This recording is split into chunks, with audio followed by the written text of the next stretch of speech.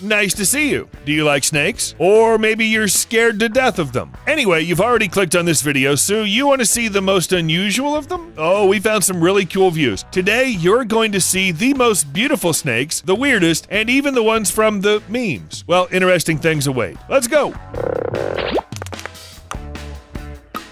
Spider-tailed horned viper. Spiders are not particularly nice. Many people don't like snakes either. And what happens if you combine them? Easy, easy, easy. No creatures from your nightmares. Anyway, for now, spider-tailed viper is a snake that lives only in western Iran. It's similar to many other vipers, but has one significant difference: a slight thickening at the end of its tail. This thickening with spikes looks like a spider or some other similar insect with a bunch of legs. With its help, the viper attracts birds' attention by moving its tail back and forth, and when the bird approaches, all that's left is... Well, enjoy your meal. Hognose snake. If snakes see or feel danger, they may start to hiss, or they can start shaking their ratchet on their tail, or inflate their hood, or attack, or crawl as far away as possible. But not this species. The hognose snake pretends to be dead.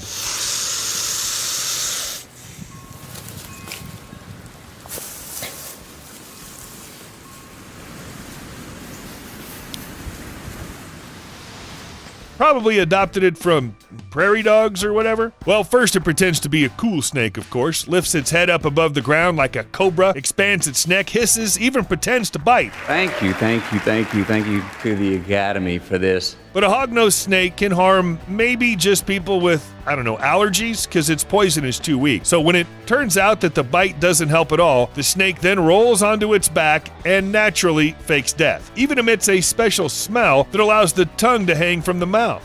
Flying snake. Looking at some creatures, you can only sigh with relief. Fortunately, this creature doesn't fly, like tarantulas or snakes, or wait, what do you mean snakes fly? To infinity and beyond!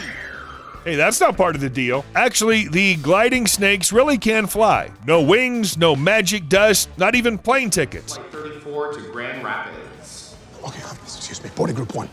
I'm in boarding group 1, I'm in boarding group 1. All they need is a special body shape and a suitable tree. Before flying, the snake crowds to the end of the branch and hangs from it. When it chooses a direction, it pushes off the rest of its tail and it falls. But not just down, it's like crawling in the air. It glides without using any wings. During the flight, snake's usually round body becomes as flat as possible. It stretches out its ribs and pulls in its stomach. Anyway, it does its best to act as a flying squirrel. With a complex combination of movements, the tree snakes reach the neighboring tree or another branch. In this way, they can move as much as they want, sometimes overcoming up to 100 meters in one flight. Cool, you bet. Scary? Well, yeah, a little bit. Fortunately, flying snakes are considered slightly poisonous, but not dangerous to humans. Phew, let's exhale now. Horned viper. People who are afraid of snakes consider them creepy enough without any bonuses. Black Mamba! Oh! Real devilish creatures. Cold, flexible, hissing. Jeez. Now imagine what happens when you add horns to this set. A horned viper. This snake lives all over North Africa, except Morocco, and around the Arabian Peninsula. Horned vipers love deserts and semi-deserts because of their color. They blend perfectly with the sand and can get close to the victim. Except that smell of sulfur gives them away a little. No. No. It smelled terrible. Okay, well, we've never actually smelled horned vipers, and to be honest with you, we don't recommend it. They are predators who prefer to be ambushed until their prey is close by. After that, horned vipers strike at lightning speed. Usually it's designed for rodents, birds, or lizards, but a person is unlikely to be pleased to get stung by poisonous teeth. Swelling, bleeding, nausea, vomiting, necrosis, the full range of consequences. But you don't have to be afraid of the horns. It's unlikely a horned viper will gore you. In fact, scientists don't even know why it needs horns. Some say it's protection against other predators. The head with horns has an unusual shape, and therefore the snake is harder to notice. Others say that with the help of horns, these vipers protect their eyes from the sand. You understood that right, like their eyebrows.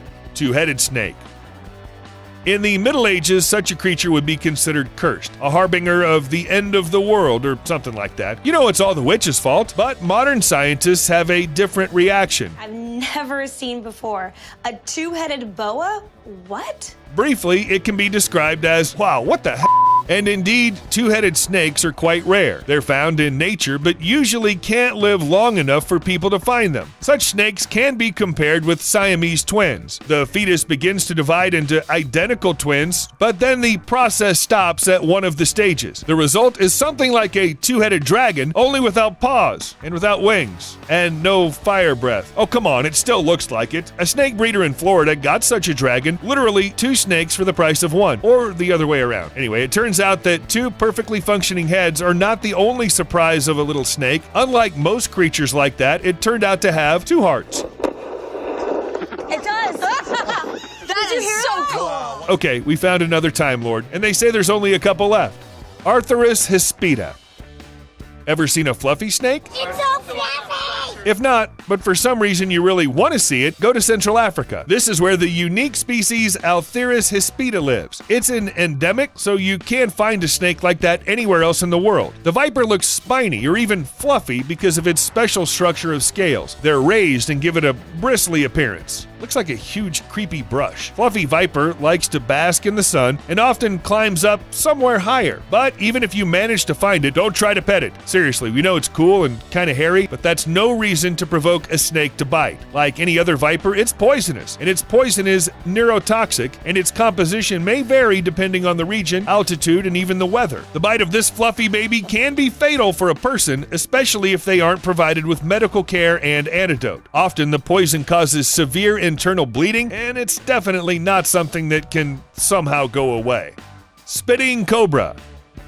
While a cobra could blow up a hood or bite you to send you somewhere in the ICU, it's an interesting enough creature as it is, but it looks like nature has decided to give it a little bit more of the unusual. That's how spitting cobras came into being. It's a common name for several snake species that live in the savannas and forest areas of Africa and South Asia, and these cobras really know how to spit, or rather they kind of shoot poison at their enemy using an unusual shape of channels inside their teeth. Usually cobras aim for the eye, and that makes sense. Your breakfast can't run away from you if it can't see. All that's left is to crawl closer and make a final poisonous bite. Depending on the species, the shots can be up to 2 meters long, and some cobras can release the poison at quite a speed. Not a machine gun, of course, but still quite fast. As a rule, such a spit is harmless to the undamaged skin of a mammal, but once it gets in the mucus of the eyes, it can end up with permanent blindness and some swelling of the cornea. Sunda Island pit viper.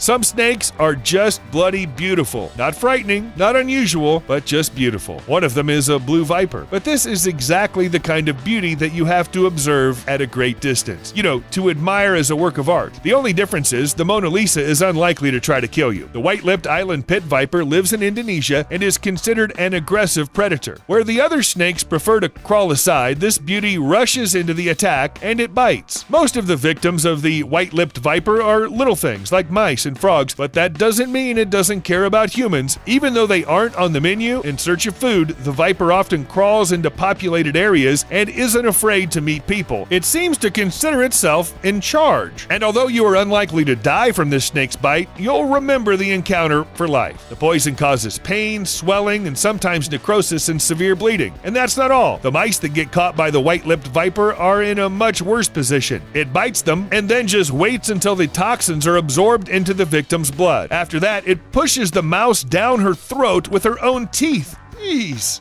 Long-nosed whip snake.